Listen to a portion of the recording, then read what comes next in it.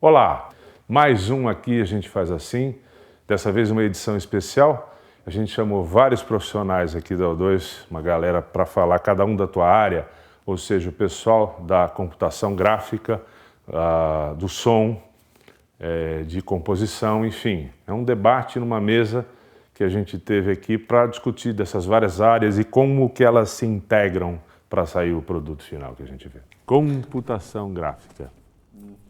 Quem vai começar a falar de computação gráfica e em que ordem vai falar? Qual que é o primeiro step de todo o processo de computação gráfica? É exatamente a parte da escultura, a parte da modelagem. Aonde tudo vai começar? Você tem que ter os objetos. O que a gente precisa fazer o cenário? Precisa de uma árvore, precisa disso, não sei o quê. Tem um monte de técnicas separadas. Tem que nem o Bardal citou, você tem softwares, técnicas que vão permitir que você chegue naquilo com a melhor qualidade possível, geralmente o mais rápido possível ou no tempo que você tem, né? Antes a gente tinha a parte técnica e a parte artística, elas estavam muito abraçadas. Agora a gente conseguiu separar um pouco isso.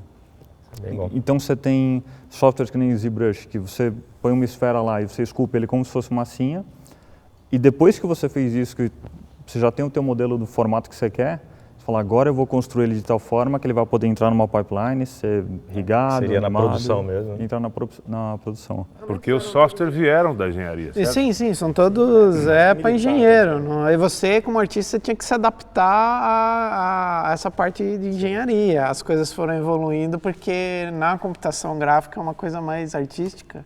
E aí os desenvolvedores também tiveram que evoluir. Uma etapa que é bem raro de ter em produtores, principalmente aqui no Brasil, é uma etapa que o Michel faz aqui.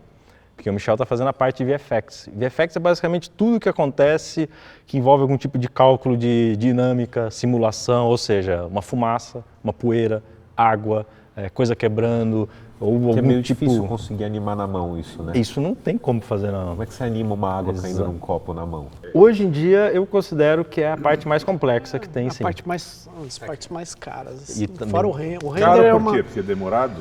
Porque envolve muitos dados. Envolve muito dado e você tem que manipular esse dado. É como se você trabalhasse num banco e você fosse responsável pela conta de todo mundo. Então você tem que fazer aquilo lá funcionar. E se não funciona, o resultado final não fica bom. E aí não entra dinheiro na conta, né? E aí não entra dinheiro na conta. Assim, tem existem os dados que saem, que é aqueles que você produz, e tem aqueles que dão entrada. Por exemplo, eu tenho que destruir uma ponte. O Lick tem que fazer a ponte para mim. Se eu não tiver essa ponte, isso não vai sair. Você, né? Aí essa ponte vai vir para mim. Quase igual ao vivo. Você tem que ter um objeto para explodir. Eu vou analisar essa ponte e falar para o Lick, para facilitar, eu preciso das peças, que as peças não entrem uma dentro da outra, coisa desse tipo. Porque no computação gráfica tem também esse problema. Por exemplo, você tem a peça, que é obviamente que não vai atravessar minha mão aqui na mesa, mas na computação gráfica minha mão pode atravessar a mesa sem problema nenhum. Isso para o Michel simplesmente não pode acontecer. Tem quem modela, quem anima, quem ilumina, cada um tem a sua função. Na verdade, assim, dentro da computação, ela funciona como na vida real mesmo. Assim, é por isso que a gente fala. Set, né? É um set de filmagem. Inclusive, os softwares até te pedem a descrição da câmera, lente da câmera, marca da câmera. Quando você vai misturar a imagem ao vivo com real. 3D. A luz pergunta qual que é a potência da luz. Tem uns que vão a marca da luz. E hoje, em dia, a gente está participando muito mais na hora que está orçando um filme já. Então a gente consegue planejar o filme, se a gente sempre discute isso, se a gente vai realmente fazer aquela cena em computação gráfica, se ela vai ser ao vivo ou se vai ser uma mistura dos dois. Hoje, por exemplo, vamos serrar um carro no meio, abrir um carro no meio ou cortar o teto. Qual é a vantagem de fazer ele no 3D ou ao vivo? Quando você faz um carro que tem que ter esse nível de detalhe, você vai ter que construir cada um daqueles parafusos. Que vai aparecer. Que vão aparecer. E sabe Deus lá quantas peças tem num carro? E você vai ter que ter um desenho de cada uma dessas peças para garantir que ela está lá. Se eu não tiver que serrar o carro, se eu tiver só que fazer performance dele, aí já passa a ser vantagem? Aí com certeza vale a pena, porque você vai, como você mencionou, você vai poder fazer qualquer coisa com esse carro.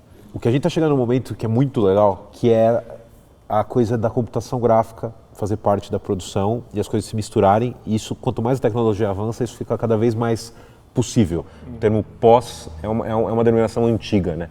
Exatamente. Não se fala mais pós lá fora, principalmente, né? Simplesmente porque filme... Eu não sabia disso. Principalmente porque filme... Eu de improviso. Porque é produção. O que a gente faz é produção em computação gráfica. Se você tem... Se você tem uma cena que era totalmente feita no computador, ela não é pós.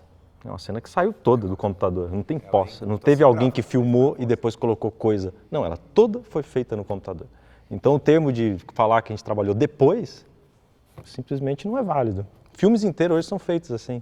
Um filme de animação não é um filme de pós-produção, não é um filme que depois a gente trabalha. Não, é um filme que é feito tudo lá dentro.